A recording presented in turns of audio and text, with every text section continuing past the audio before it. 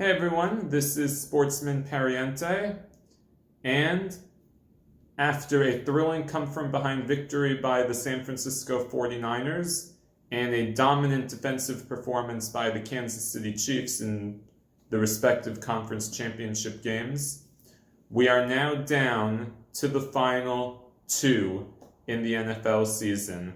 Tomorrow is Super Bowl 58. Representing the AFC will be the defending champion, Kansas City Chiefs, and representing the NFC will be the San Francisco 49ers. These two teams actually met 4 years ago in Super Bowl 54. That was a game where the 49ers led by 10 in the fourth quarter before giving up 21 points and losing 31-20. So these two teams know each other very well. There have been some changes, of course, from the previous Super Bowl matchup. The 49ers, of course, are no longer led by Jimmy Garoppolo. They are now led by Brock Purdy. The 49ers in this game have Christian McCaffrey, whereas 4 years ago they had Raheem Mostert and Tevin Coleman, as I recall. The Kansas City Chiefs are different also. In the Super Bowl 4 years ago, the Chiefs had Tyreek Hill. They had Damian Williams. They had some other key players on offense that they do not have in this game, of course. So what is this game going to come down to? Well, obviously when we think of the San Francisco 49ers, we think of McCaffrey, Purdy, Ayuk, Kittle, Deebo Samuel.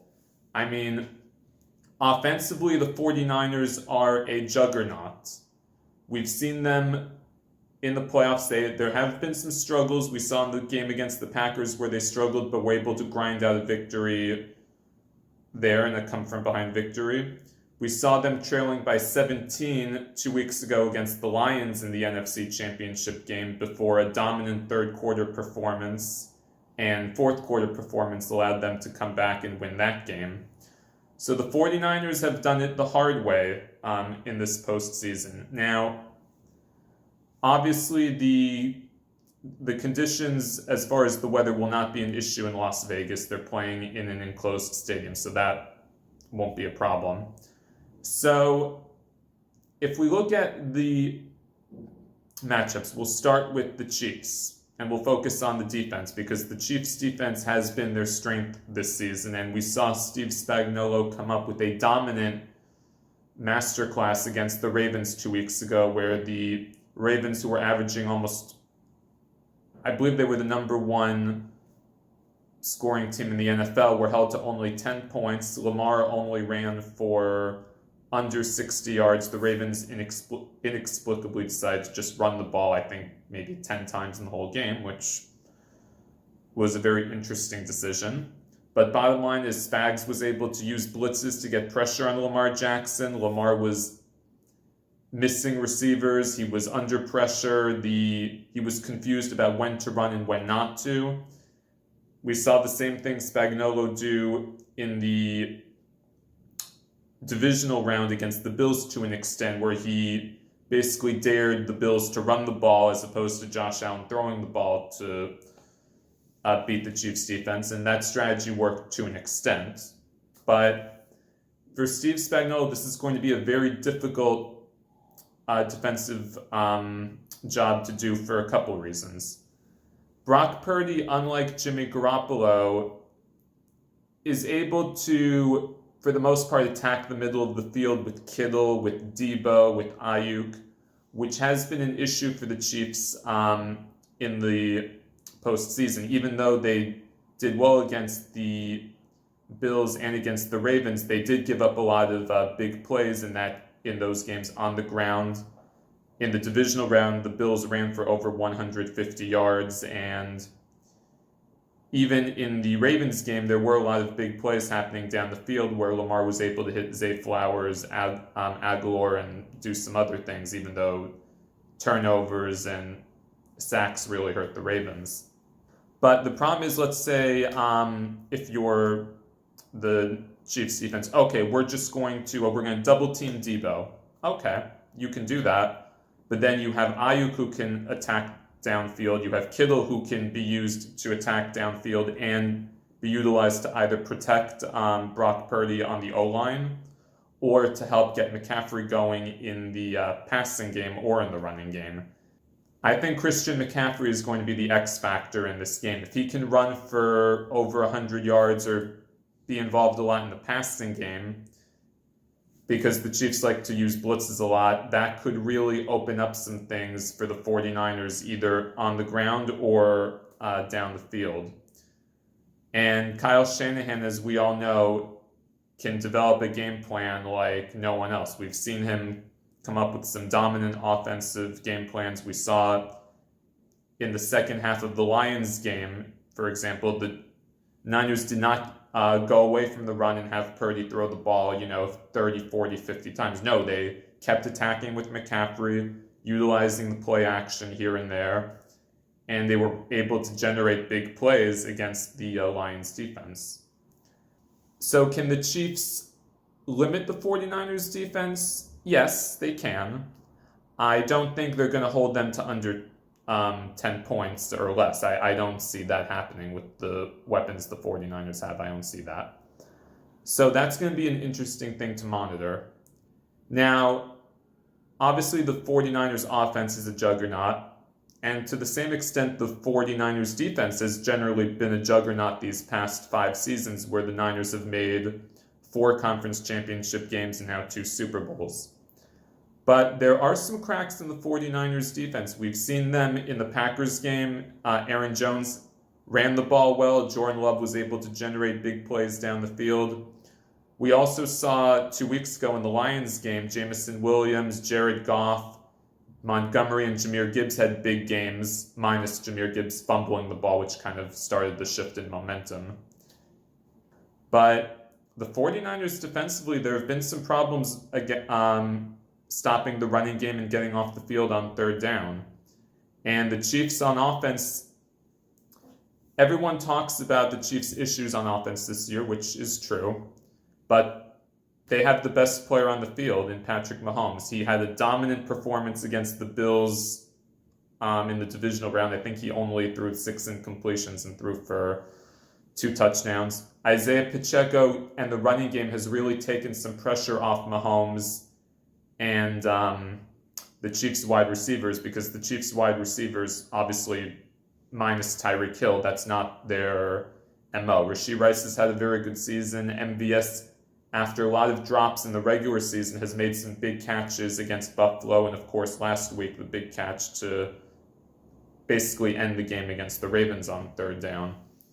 So can the Niners defense limit the Chiefs running game enough to put some pressure on Mahomes, and will they utilize a lot of blitzes and try to get Nick Bosa and Armstead and all those guys and Dre Greenlaw to put pressure on Mahomes?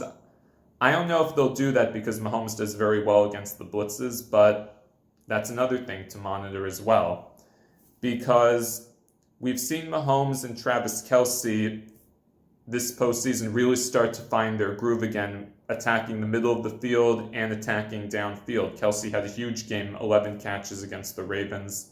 He had a really good performance with 2 touchdowns against the Bills. And the Chiefs' offense has really found some momentum in the postseason, going on long drives, moving the ball up and down the field, though they did have problems last week against the Ravens. Other than the first 2 drives in the first quarter, the Chiefs only put up 3 points basically in the rest of the game.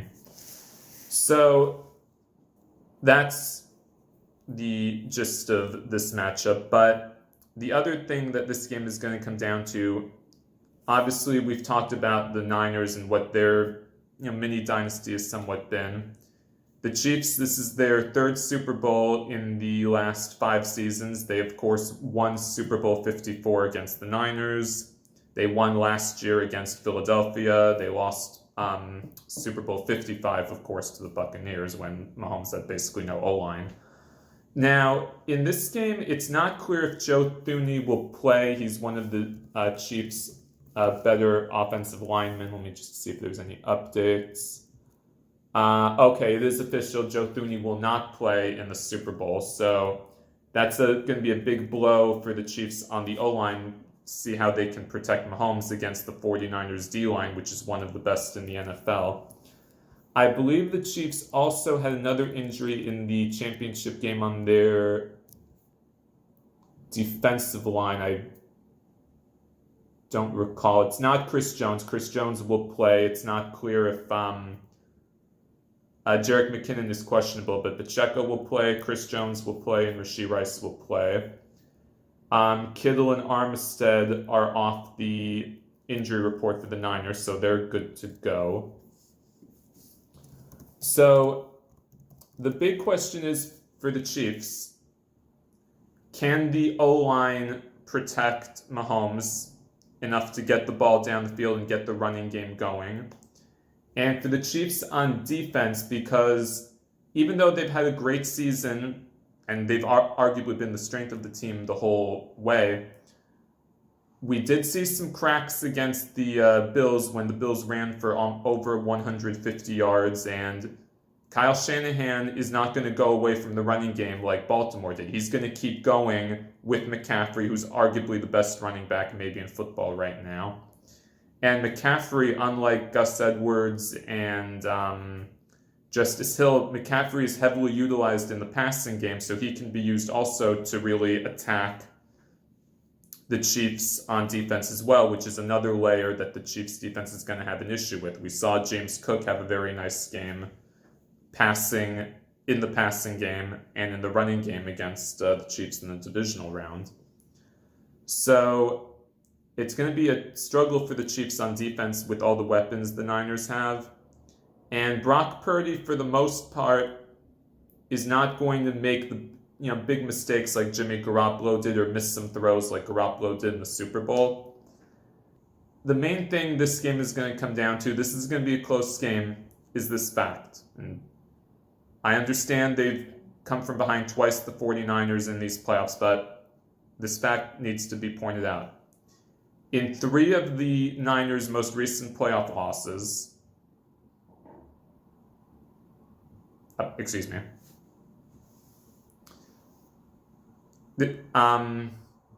in Kyle Shanahan, some of his most infamous playoff losses as the head coach of the Niners and when he was the offensive coordinator with the Falcons.